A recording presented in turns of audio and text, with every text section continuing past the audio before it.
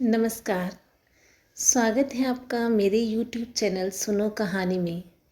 आज मैं आपको प्रेमचंद जी द्वारा लिखी कहानी पूस की रात सुनाने जा रही हूँ।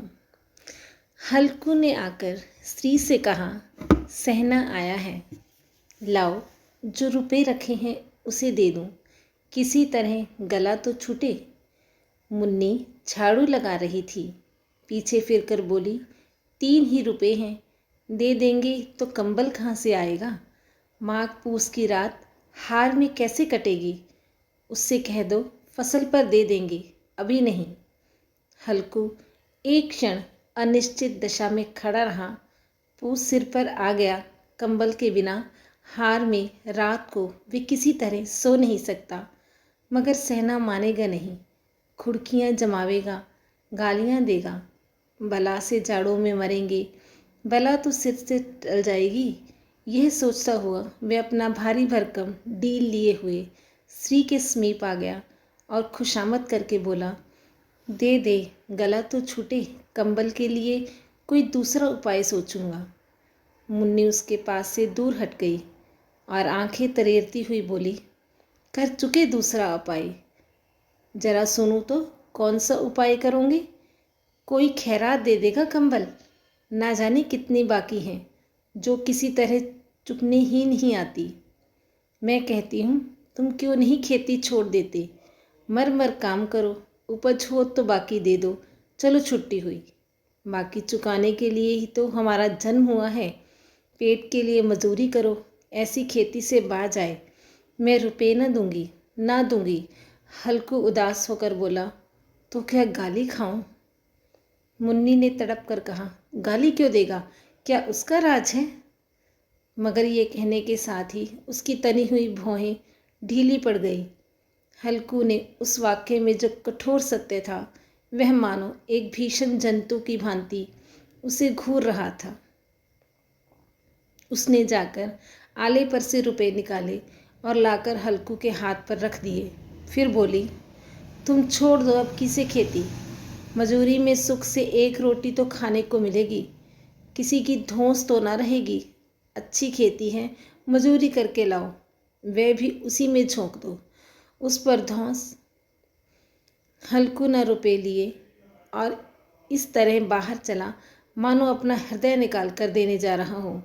उसने मजूरी से एक एक पैसा काट काट कर 3 रुपए कंबल के लिए जमा किए थे, वह आज निकाले जा रहे थे।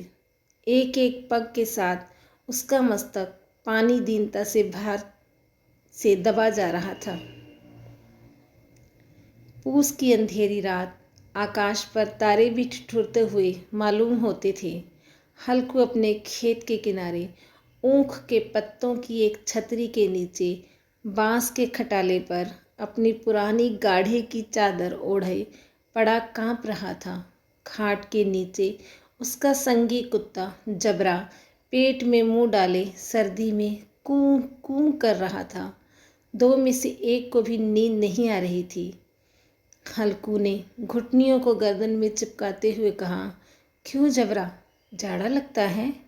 कहता तो था घर में पुआल पर लेटा रहे, तो यहाँ क्या लेने आया है। अब खाओ ठंड, मैं क्यों मरूं। जानते थे मैं यहाँ हलवा पूरी खाने आ रहा हूँ, दौड़े दौड़े आगे आगे चले आए, अब रो नानी के नाम को। जबरा ने पड़े पड़े दुम हिलाई और अपनी कूं कूं को दीर्घ बनाता हुआ कहा, कल से मत आना मेरे साथ, नहीं तो ठंडे हो जाओगे। यह रांड पछुआ न जाने कहाँ से बर्फ लिए आ रही है। उठूं फिर एक चिलम भरूं, किसी तरह रात तो कटे। 8 चिलम तो पी चुका, यह खेती का मज़ा है। और एक भगवान ऐसे पड़े हैं जिनके पास जाड़ा आए तो गर्मी से घबरा कर भागे। मोटे मोटे गद्दे, लिहाफ, कंबल, मजाल है जाड़े का गुजर हो जाए। तकदीर की खूबी, मजूरी हम करें, मज़े दूसरे लूटे। हल्कू उठा, गड्ढे में से जरा सी आग निकाल कर चिलम भरी। जबरा भी उठ बैठा। हल्कू ने चिलम पीते हुए कहा, पिएगा चिल, जाड़ा तो क्या जाता है, हाँ जरा मन बदल जाता है। जबरा ने उसके मुंह की और प्रेम से छलकता हुआ आंखों से देखा। हल्कू आज और जाड़ा खा ले, कल से मैं यहाँ पुआल बिछा दूंगा, उसी मिस्सी में घुस कर बैठना, तब जाड़ा ना लगेगा। जबरा ने अपने पंजों उसकी घुटनों पर रख दिए और उसके मुंह के पास अपना मुंह ले गया। हल्कू को उसकी गर्म सांस लगी। चिलम पीकर हल्कू फिर लेटा और निश्चय करके लेटा कि चाहे कुछ भी हो, अब कि सो जाऊंगा। पर एक ही क्षण में उसके हृदय में कंपन होने लगा। कभी इस करवट लेटता, कभी उस करवट, पर जाड़ा किसी पिशाच की भांति उसकी छाती को दबाए हुए था। जब किसी तरह रहा न गया, उसने जबरे को धीरे से उठाया और उसके सिर को थपथपाकर उसे अपनी गोद में सुला लिया। कुत्ते की देह से जाने कैसी दुर्गंध आ रही थी, पर वह उसे अपनी गोद में चिपटाए हुए ऐसे सुख का अनुभव कर रहा था जो इधर महीनों से उसे ना मिला था। जबरा शायद ये समझ रहा था कि स्वर्ग यही है, और हल्कू की पवित्र आत्मा में तो उस कुत्ते के प्रति घृणा की गंध तक न थी। अपने किसी अभिन्न मित्र या भाई को वह इतनी ही तत्परता से गले लगाता। वह अपनी दीनता से आहत ना था जिसने आज उसे इस दशा को पहुंचा दिया। नहीं, इस अनोखी मैत्री ने जैसे उसकी आत्मा के सब द्वार खोल दिए थे और उनका एक एक अणु प्रकाश से चमक रहा था। सहसा जबरा ने किसी जानवर की आहट पाई। इस विशेष आत्मीयता ने उससे एक नई स्फूर्ति पैदा कर दी, जो हवा के ठंडे झोंकों को तुच्छ समझती थी। वह झपट कर उठा और छपरी से बाहर आकर भूंकने लगा। हल्कू ने उसे कई बार चमकाकर बुलाया, पर वह उसके पास न आया। हार में चारों तरफ दौड़ दौड़ कर भूंकता रहा।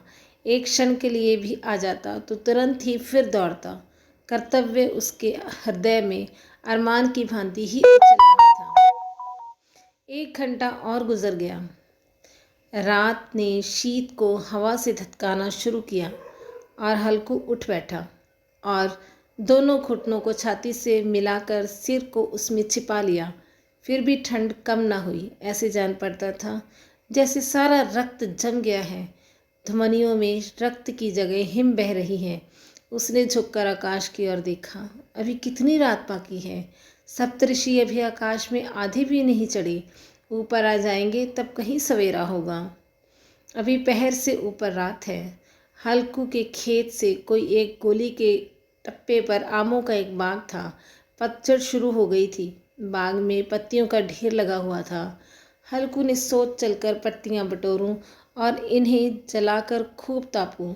रात को कोई मुझे पत्तियां बटोरते देख तो ये समझे कोई भूत है। कौन जाने कोई जानवर ही छिपा बैठा हो, मगर अब तो बैठे नहीं रहा जाता। उसने पास के अरहर के खेत में जाकर कई पौधे उखाड़ लिए और उनका एक झाड़ू बनाकर हाथ में सुलगता हुआ उपला लिए बगीचे की तरफ चला। जबरा ने उसे आते देख पास आया और दुम हिलाने लगा। हल्कू ने कहा, अब तो नहीं रहा जाता जबरू, चलो बगीचे में पत्तियां बटोर कर तापे। टाटे हो जाएंगे तो फिर आकर सोएंगे, अभी तो बहुत रात है। जबरा ने कूं कूं करके सहमति प्रकट की और आगे बगीचे की ओर चला। बगीचे में खूब अंधेरा छाया हुआ था। अंधकार में निर्दय पवन पत्तियों को कुचलता हुआ चला जाता था। वृक्षों से ओस की बूंदें नीचे टप टप टपक रही थी। एकाएक एक झोंका मेहंदी के फूलों की खुशबू लिए हुए आया। हल्कू ने कहा, कैसी अच्छी महक आई जबरू, तुम्हारे नाक में भी तो सुगंध आ रही है। जबरू को कहीं ज़मीन पर एक हड्डी पड़ी मिल गई थी, उसे चिंचोड़ रहा था। हल्कू ने आँख ज़मीन पर रख दी और पत्तियां बठारने लगा। जरा देर में पत्तियों का ढेर लग गया था। हाथ ठिठुर जाते थे, नंगे पांव गल जाते थे और वह पत्तियों का पहाड़ खड़ा कर रहा था। इसी अलाव में वह ठंड को जलाकर भस्म कर देगा। थोड़ी देर में अलाव जल उठा। उसकी लो प्रकाश वाले वृक्ष की पत्तियों को छू छू कर भागने लगी। इस अस्थिर प्रकाश में बगीचे के विशाल वृक्ष ऐसे मालूम होते थे मानो उस अथाह अंधकार को अपने सिर पर संभाले हुए हो। अंधकार ने के उस अनंत सागर में यह प्रकाश एक नौका के समान हिलता मचलता हुआ जान पड़ता था। हल्कू अलाव के सामने बैठा आग ताप रहा था। एक क्षण में उसने दोहर उतारकर बगल में दबा ली, दोनों पांव फैला दिए मानो ठंड को ललकार रहा हो। तेरे जी में आए सोकर। ठंड की असीम शक्ति पर विजय पाकर वह विजय गर्व को हृदय में छिपा न सका। उसने जबरा से कहा, क्यों जब्बर, अब ठंड नहीं लग रही है क्या? जब्बर ने कू कू करके कहा, अब ठंड नहीं लगती ही रहेगी। पहले से ये उपाय न सूझा। नहीं, इतनी ठंड क्यों खाते? जब्बर ने पूंछ हिलाई। अच्छा, आओ इस अलाव में कूदकर पार कर देखें, देखें कौन निकल जाता है। अगर जल गए तो बचा, तो मैं दवा ना करूँगा। जब्बर ने उस अग्नि राशि की ओर कातर नेत्रों से देखा। मुन्नी से कल न कह देना, वह नहीं लड़ाई करेगी। यह कहता हुआ वो उछला और उस अलाव के ऊपर से साफ निकल गया। पैरों में जरा लपट लगी, पर वे कोई बात न थी। जबरा आग के गिर्द घूमकर उसके पास आ खड़ा हुआ। हल्कू ने कहा, चलो चलो, इसकी सही नहीं, ऊपर से कूद कर आओ। फिर वह कूदा और अलाव के इस पार आ गया। पत्तियां जल चुकी थी। बगीचे में फिर अंधेरा छा गया। राख के नीचे कुछ कुछ आग बाकी थी, जो हवा का झोंका आ जाने पर जरा जरा जाग उठती थी, पर एक क्षण में फिर आंखें बंद कर लेती थी। हल्कू ने चादर ओढ़ ली और गर्म राख के पास बैठा हुआ एक गीत गुनगुनाने लगा। उसके बदन में गर्मी आ गई थी, पर जो जो शीत बढ़ती जाती उसे आलस से दबाए लेता था। जबरा जोर से भूंकर खेत की ओर भागा। हल्कू को ऐसे मालूम हुआ कि जानवरों का एक झुंड खेत में आया है। शायद नीलगांव का झुंड था। उनके कूदने दौड़ने की आवाज़ें साफ कान में आ रही थी। फिर ऐसा मालूम हुआ कि खेत में चल रही हैं। उनके चबाने की आवाज़ चर चर सुनाई देने लगी। उसने दिल में कहा, नहीं नहीं, जबरा के होते कोई जानवर खेत में नहीं आ सकता। नोच ही डालें, मुझे भ्रम हो रहा है। कहाँ, अब तो कुछ सुनाई नहीं देता। मुझे भी कैसा धोखा हुआ। उसने जोर से आवाज़ लगाई, जबरा जबरा। जबरा भौंकता रहा, उसके पास ना आया। फिर खेत के चरे जाने की आहट मिली और वह अपने को धोखा न दे सका। उसे अपनी जगह से हिलना जहर लग रहा था। कैसा तंदाया हुआ बैठा था। इस जाड़े पाले में खेत में जाना, जानवरों के पीछे दौड़ना असह्य जान पड़ा। वह अपनी जगह से ना हिला। उसने जोर से आवाज़ लगाई, हिलो हिलो हिलो। जबरा फिर भौंक उठा।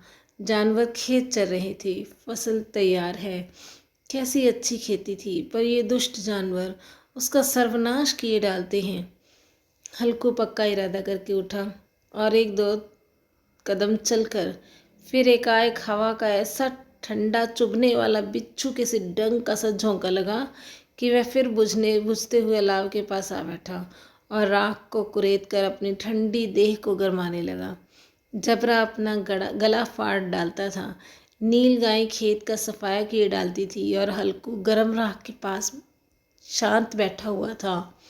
आकर्मणता ने रस्सियों की भांति उसे चारों तरफ से जकड़ रखा था। उसी राख के पास गर्म जमीन पर वही चादर ओढ़कर सो गया। सवेरे जब उसकी नींद खुली तब चारों तरफ धूप फैली हुई थी और मुन्नी की रही थी, क्या आज सोते ही रहोगे? तुम यहाँ आकर रम गए और उधर सारा खेत चौपट हो गया। हल्कू ने उठकर कहा, क्या तू खेत से होकर आई है?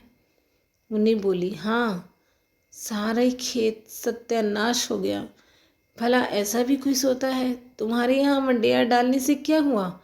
हल्कू ने बहाना बनाया, अरे मैं मरता मरता बचा, तुझे अपने खेत की पड़ी है। पेट में ऐसा दर्द हुआ कि मैं नहीं जानता।